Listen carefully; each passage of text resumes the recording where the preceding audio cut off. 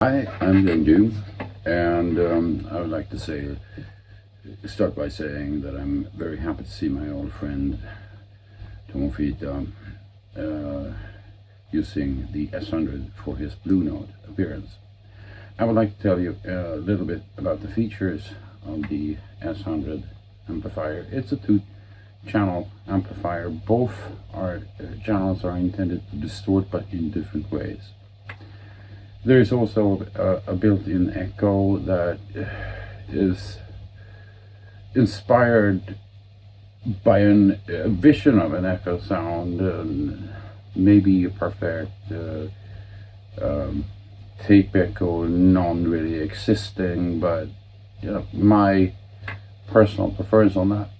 Anyway, for the channels, the first channel has a little bit of a theory behind it, and it's partly it has very mild EQ. This has proven to make it much easier to set all kinds of sound, and many people are very comfortable with this as compared with other amplifiers.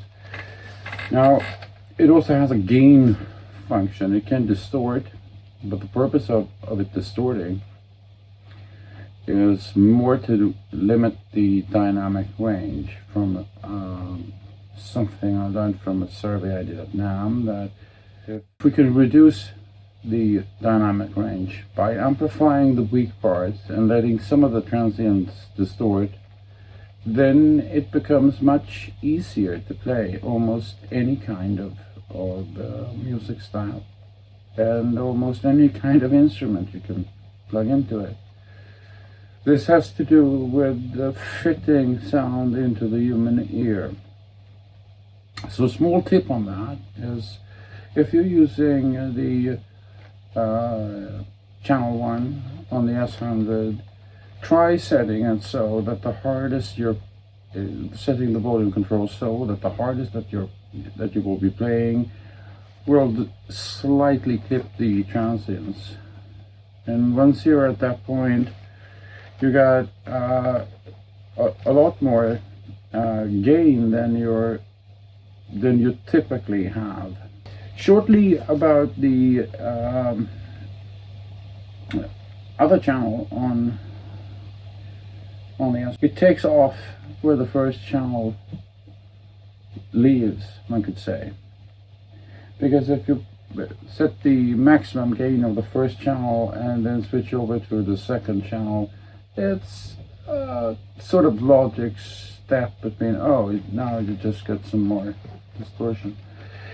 This has a different type of distortion, and it's inspired by older tube amps with very worn down tubes, and it has that kind of saturated sound to it, which is useful for playing distorted electric guitar. Both channels have separate separate echo controls and separate EQ controls, and there's also an effects loop, and each channel also has its own presence control. On the lead channel, there are two push buttons. The first one is closest to the input, sets the body of the sound, and it kind of puts a little bit more of the low mid-range. This can be very useful if you're playing single coils and want to have a beefier sound. The other switches on and off a higher treble. This it can also be useful for setting sound at different volume levels.